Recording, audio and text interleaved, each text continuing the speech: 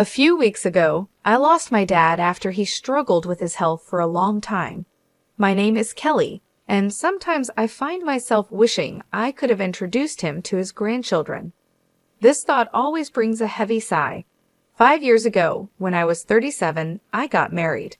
On that happy day, my dad and I made a special promise I would be the first to tell him if I was expecting. Sadly, that's a promise I will never be able to keep, and it's the biggest regret I have about my dad. His illness was discovered a year ago, and since then, I did everything I could to be there for him. I visited our childhood home more often, spent many hours at the hospital with my mom, and made sure to call or video chat even more. Despite all of this, I sometimes wonder if it was enough. I'd often think to myself, could I have done more? Lost in thought, I whispered these words, and my mom, always supportive, comforted me, saying, "Kelly, you did everything you could." Your dad knew that, and he was proud. Just then, my sister Julia walked in with a man who looked to be about 45, probably the lawyer. "This is Scott, the attorney," she introduced him, and my mom quickly offered him a seat. As soon as we all sat down, Julia couldn't hold back and mentioned that the lawyer said Dad left us a significant inheritance. I couldn't help but respond, "Julia, you know it's not all yours." That comment instantly changed the mood. My sister and I have always had a rocky relationship, made worse by our dad's illness. Her refusal to visit our dad, even though I tried to bring them closer, didn't help. Her attitude has always been a problem, and it became even more noticeable during these difficult times. Looking back, my words to her might have been too harsh, driven by my worry for our father. However, her response didn't make things better. "You're an adult. There's no need to be so stubborn," I pointed out, to which she snapped back, "I'm not being stubborn. Living in the city and traveling to the countryside isn't as simple as you think. It's just a 5-hour drive." I responded, but she argued back, saying that those 5 hours aren't just about time, it costs money. And yes, money is important to her. She told me she's busy and asked me to stop bothering her. That ended our conversation. Despite the distance, I always thought she could make an effort to visit now and then. This belief was a big reason why our relationship started to fall apart.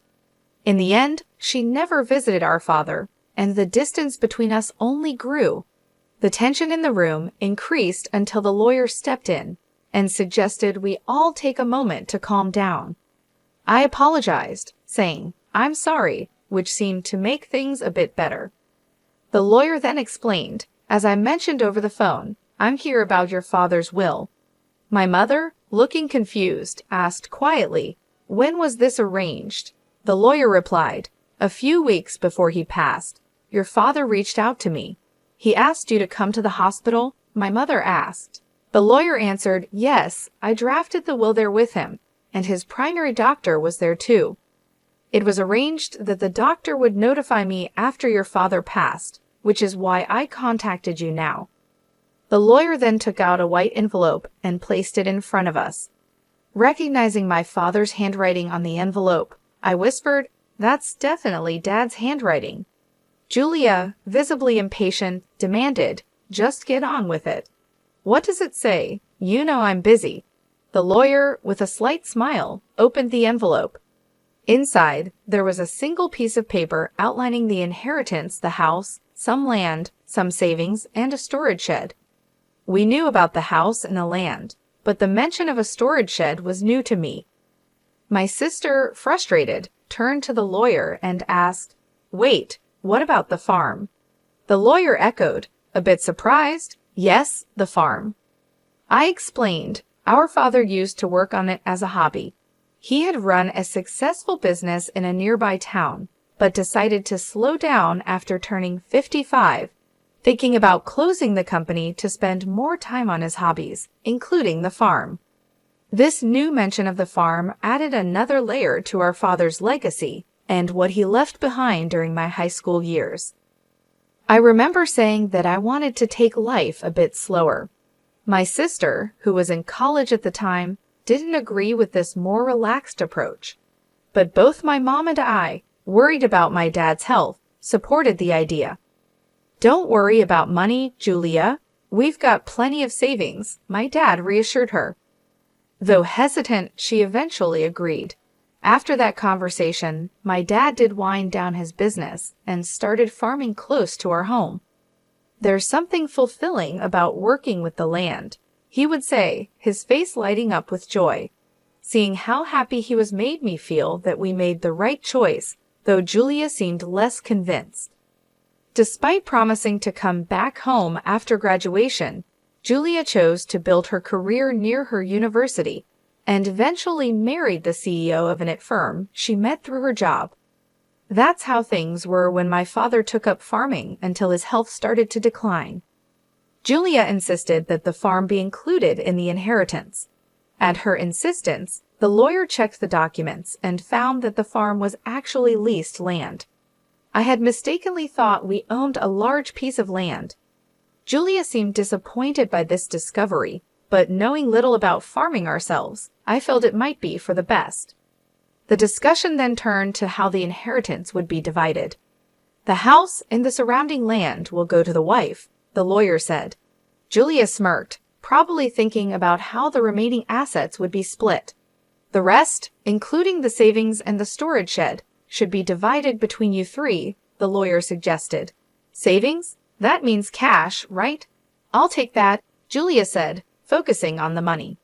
"The total savings amount to approximately $300,000, and this sum is not subject to inheritance tax," the lawyer informed us. "I want the $300,000 in cash," Julia declared, feeling like she had won. But this didn't sit well with me, and I spoke up. "Hold on, I don't agree. Why should you get all the cash?" I protested. "Because I'm the eldest," she argued, as if that settled it. "Fine, you can have the storage shed. What's that even worth anyway?" she added dismissively, turning back to the lawyer for more details. "It's the shed next to the farm. Whoever inherits it will own the structure, the land it's on, and anything inside it," the lawyer explained. Suddenly, Julia's attitude changed when she heard there was additional land. It struck me as odd that, even though she was married to a successful CEO, her desire for more seemed never-ending. As the lawyer explained more about the storage shed, he mentioned it came with a small piece of land, about 90 square feet, roughly the size of a small bedroom.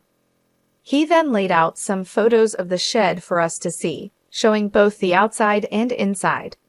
The shed looked quite run down from the outside, and inside it only had simple gardening tools like hoses, scissors, and shovels, nothing that seemed particularly valuable. My sister made a face of disgust when she saw the photos. "I don't want this," she said, looking closely at the images. They really just showed everyday items, more valuable for their memories than for money. "Fine, you take the cash. I want nothing to do with that old shed," she said, clearly wanting to distance herself from what she saw as a worthless inheritance. "Hold on, that seems unfair," I protested, realizing how uneven the division was. My sister quickly agreed to take the cash, knowing it was the more valuable option, leaving me with what she saw as worthless. Her insistence made me feel trapped, especially when my mother said, "As long as Julia doesn't complain later, I see no problem with this arrangement." Complain? Why would I? Julia quickly agreed, satisfied with getting the cash, leaving me with the shed. I couldn't hide my disappointment, but before I could argue more, Julia dismissed my concerns, accusing me of being too sentimental. "You care more about our father than money, right?" she challenged, leaving me momentarily speechless. It's true that family should be valued over money, but her quick decision left me feeling unsettled. In the end, my mother inherited the house and land, Julia happily took all of Dad's savings, and I was left with the neglected shed. After agreeing to the division, Julia even signed a document promising not to dispute how the inheritance was split, laughing confidently as she did so. I couldn't contain my frustration and later expressed my disappointment to my mother. "Why didn't you support me?" I asked, feeling let down. My mother insisted she had helped, claiming that her involvement made sure I got the shed. But I'm not happy with just the shed, I argued, unable to see its value. You might find something unexpectedly wonderful if you give it a chance, my mom suggested, trying to be optimistic. Despite my frustrations, her words sparked a faint glimmer of hope. Maybe there was more to the shed than it seemed, a thought that left me wondering. I tried to make sense of the day's events. After getting the key from the lawyer, I walked to the shed, which was beside a field about 15 minutes away from our house. The path was quiet and rarely used, adding to the peaceful yet somber atmosphere. The field, which my father had leased until he recently went into the hospital, was now empty, giving the place an untouched and solemn feeling. When I unlocked the shed, I was greeted by a thick layer of dust, showing how long it had been neglected. "Wow, it's really dusty," I said, noticing the heavy scent of disuse in the air. Even though I felt a bit disappointed at first, I still hoped to find something special of my father's, maybe a keepsake hidden inside. As I looked around the shed, it quickly became clear that it was just a simple space filled with farming tools. These items might have held sentimental value, but they didn't seem particularly special at first glance. I thought to myself, maybe I should just take what's inside for now, as I scanned the dim and cluttered surroundings. Then I noticed something odd about the shed's size. It seemed smaller on the inside than it did from the outside, which puzzled me. Was it a trick of the light, or was my mind playing tricks on me? I stepped outside to get a better look, still curious about the strange difference. Driven by curiosity, I decided to explore the outside of the shed. As I walked around to the back, hidden among a dense group of trees, I found a second door. "Wait, another entrance?" I gasped. From inside the shed, there had been no sign of this door. It looked like there was only one way in and out. This discovery hinted at a hidden space, only accessible from this secret back door. A surge of excitement rushed through me. Could this be one of Dad's secrets? He loved surprising us, always finding joy in the unexpected, like the surprises he planned for my birthdays. The memories brought tears to my eyes as I re-entered the shed, determined to find the key to this hidden door. After a thorough search, I was ready to discover what lay beyond it. I found 4 keys cleverly hidden inside the handle of a shovel. Excited, I rushed to the back door and tried one of the keys. With a satisfying click, the door swung open. Inside this small, hidden space stood a large safe, alone and imposing. Is this from Dad's company? I wondered aloud, as a flood of questions filled my mind. What secrets did it hold? Was this my father's way of leaving a final piece of himself behind? The discovery hinted at parts of my father's life that I had yet to uncover, like a personal treasure hunt he had left for me to explore. I immediately recognized the safe as the one that used to sit in the corner of my father's office, a familiar sight from my childhood. Seeing it brought a wave of nostalgia over me. This safe was a real connection to my father, making the inheritance feel even more meaningful. Knowing my dad, this felt like just the beginning of his final surprises for me. "There's got to be more," I whispered to myself as I used the 3rd key to unlock the safe. The door creaked open, revealing contents that left me completely amazed, an unexpected legacy. Realizing how important this discovery was, I quickly secured the safe and went to tell my mother. Later, with my husband's help, we moved the safe from my parents' home. It occurred to me that these valuable items, likely part of my inheritance, might have tax implications. Wanting to handle this properly, I decided to seek legal advice. Following the lawyer's suggestion, I contacted a certified public accountant, CPA, recommended by a friend to help navigate the possible tax issues. This professional took care of the complicated details, making sure everything was in order. A year passed as we dealt with these matters when, unexpectedly, my sister showed up at my home. Her visit was surprising, especially considering our strained relationship over the inheritance. I was just in the area, she claimed, but her uneasy behavior and the fact that we lived 20 minutes apart made her visit seem less than casual. Despite our complicated history, I invited her in. After serving coffee, she seemed restless and finally asked, "Did you win the lottery or something?" Her question puzzled me. I never played the lottery, and it wasn't the time for my husband's holiday bonus. "What are you getting at?" I asked, trying to understand her point. I finally asked her to clarify her strange accusations. Her mood shifted suddenly to irritation. "Are you making fun of me?" she accused.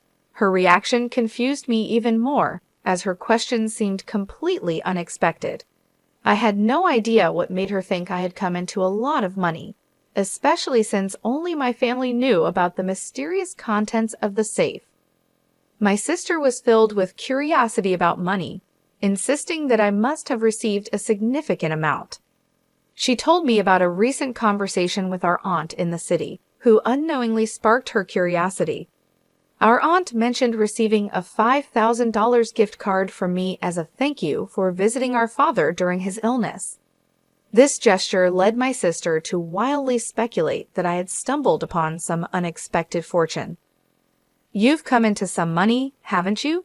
Just admit it," she pressed, looking for answers. Understanding what had led to her questions, I sighed, which only irritated her more. "What's with the attitude? Are you making fun of me?" she demanded.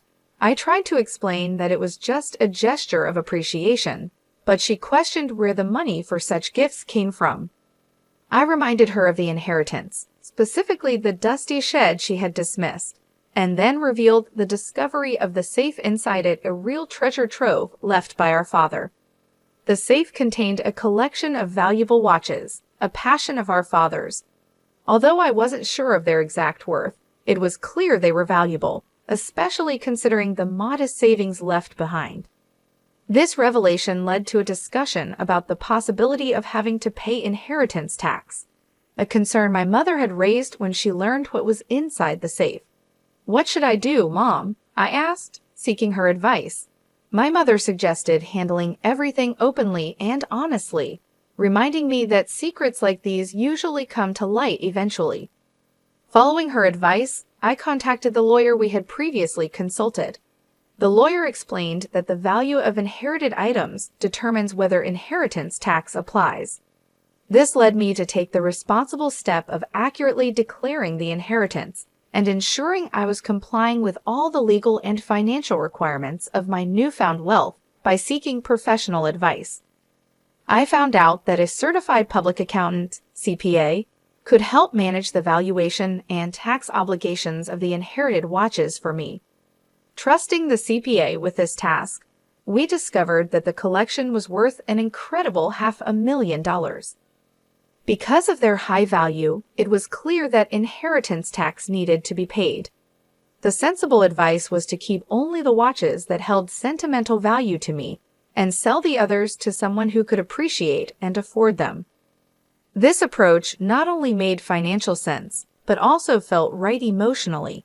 From the money made from the sale, I was able to cover the inheritance tax and also send gift cards to relatives who supported us during my father's illness. This is what had sparked my sister's curiosity. Among the keepsakes, I chose to keep my father's pocket watch. It wasn't worth much in terms of money, but it was rich in memories. I shared this story with my sister, showing her the pocket watch and trying to explain its sentimental value. However, her reaction was lukewarm. She seemed more interested in what was sold than what was kept. When she asked about the remaining watches and the safe, I told her it was our mother's house and explained its size and importance to our father's business. Her response was thoughtful, which left me feeling uneasy about her intentions. However, she left without asking any more questions, much to my relief, though I couldn't shake off an unsettling sense of worry. My fears were somewhat confirmed that very night when I received a distressing call from my mother, urging my husband and me to come to her house quickly. As we approached, the scene was alarming: red lights flashing in the darkness, police cars stationed outside. Pushing through the gathering crowd, I found my mother and learned what had happened. She'd have been getting ready for bed when she heard strange noises that startled her. It sounded like someone was frantically searching through the house. With no one else home to help, my mother made a quick decision to escape through a window, driven by fear and desperation. Her description of the situation was unnerving, painting a picture of a night filled with panic and uncertainty. Under the cover of darkness, my mother had noticed the eerie glow of a flashlight moving inside the house, confirming her fears of a burglary. In a state of panic, she made her escape. She sought help from our neighbor, who, after seeing the suspicious activity, quickly called the police, convinced that a burglar was in the house. But the supposed intruder was actually my sister, Julia, who had decided to search the safe after hearing about my inheritance earlier that day. Without knowing her intentions, both my mother and the neighbor were understandably alarmed. When the police arrived, the situation escalated. Julia, caught off guard and feeling guilty, tried to flee the scene in a panic. Ironically, as she attempted to escape, she collided with the safe, causing it to tip over and trap her underneath. This accident led to her being rushed to the hospital with complaints of leg pain, leaving us all in disbelief over her reckless actions. After this chaos, my mother and I found ourselves apologizing to the responding officers for the misunderstanding. I also felt the need to inform Julia's husband about the incident, only to learn from him that Julia had been hiding a significant amount of debt due to her extravagant spending on luxury items. Their recent argument had ended with her storming out, determined to borrow money from our mom to settle her financial troubles. What we didn't know was that she had already used up her inheritance in an attempt to pay off her debt. Julia's husband, already stressed from discovering her financial mismanagement, declared his intention to divorce her after hearing about her latest escapade. This revelation explained Julia's desperate actions that night, which led to a tense scene at the hospital where her husband brought up the subject of divorce. The entire ordeal turned into a dramatic clash, highlighting the serious consequences of Julia's actions and the turmoil they caused in our family. Julia was adamant, insisting, "I'm not getting a divorce, absolutely not." But the reality of her situation became clear when her husband presented the divorce papers. Faced with undeniable evidence of their broken relationship, she had no choice but to sign them. Now confined to her hospital bed, with a mix of shock and resignation, she was flipping through a part-time job magazine, clearly thinking about how to tackle her debt with new employment. While this turn of events was unfortunate, it offered a small glimmer of hope that she might finally take responsibility for her actions after everything that had happened. I made an important decision to move back to my childhood home. The chaos had definitely made me worried about my mother's well-being, but there was also a happier reason behind my choice I found out I'm expecting. After a lot of discussion, my husband and I agreed that moving back would be the best decision. This way, we can have my mother's support as our family grows. Even though I regret that my father couldn't be part of this joyful news, I find comfort in believing he would have shared in our happiness. As I step into this new chapter, the excitement of welcoming a healthy child fills me with peace and hope for the future, despite the recent family troubles.